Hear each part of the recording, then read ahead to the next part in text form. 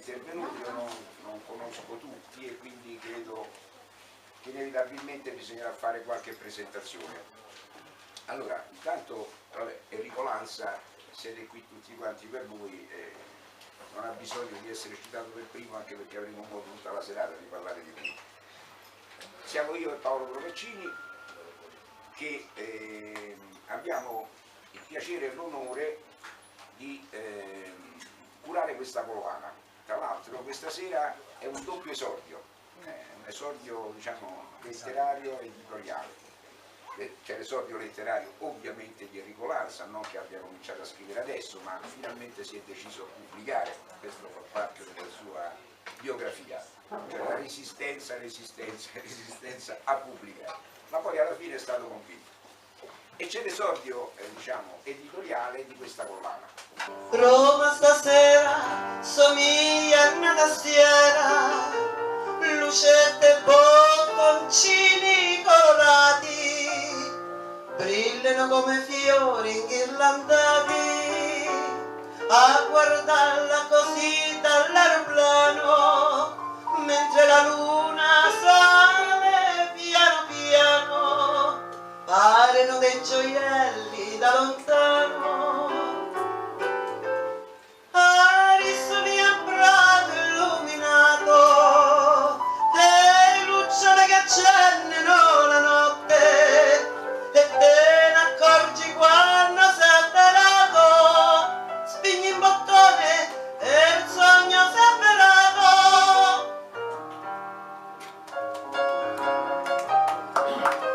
Ma diciamo che questo piacevole libro dell'amico Enrico Lanza è come fosse una scorribanda attraverso i versi e le rime nella storia di Roma, però ha avuto il buon senso e la capacità di sviluppare queste storie in una maniera leggera, brillante, andando a frugare nelle pieghe della storia di Roma fino a Romolo Augusto, perché si parte da Enea e si arriva fino a Romolo Augusto. Non vorrei averti tolto qualcosa che poi volevi dire.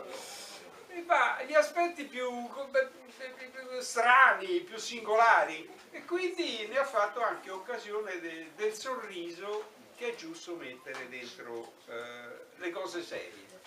Enea, al tempo dei tempi, no scafista, organizzò un trasporto su un barcone. Non era proprio un viaggio per turista, doveva scappare via, piar fugoni. Si imbarcò insieme a un gruppo di sbandati che si erano servati dal macello quando i greci si erano ficcati dentro a un cavallo fatto a grimardello. La casa gliel'avevano distrutta, la moglie gliel'avevano accorata, era rimasto solo, a bocca asciutta, e Troia gliel'avevano bruciata. Si trattava di Enea, eroe troiano, che portò appresso il padre e pure il figlio. Doveva correre, fugge più lontano senza sapere a chi chiede consiglio.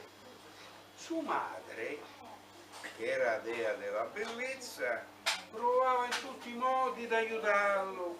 Giunone, cottigno, ostinatezza, faceva carte farse per affogarlo. Dopo che aveva navigato tanto e che era stato quasi dappertutto, col cuore stanco e pieno di rimpianto, c'aveva voglia di sapere all'asciutto. Invitato alla corte da Didone per non sposarla, si inventò una scusa. E quella, per la gran disperazione voraccia, s'ammazzò triste e delusa. Enea si lasciò dietro con lo strazio, si spinse con la nave ancora avanti e si venne a fermare di fronte al Lazio e ci sbarcò con un gruppo di migranti. Voleva chiamare un'altra volta, ma quando si sentì chiamare immigrato, sta cosa qua gli agnete proprio storta. Fece presente che era un rifugiato. A un re del posto si chiamava Turno, e Enea gli soffiò la fidanzata. E quello era il nipote di Saturno, E non gli siede bene sta drittata. Decisero di fare un duello a morte. Enea non c'ebbe un filo di clemenza perché era stabilito dalla sorte e invece pagò la penitenza. La bella principessa di Lavinio si maritò col principe straniero e, come aveva detto il vaticinio, regalarono al mondo un grande impero.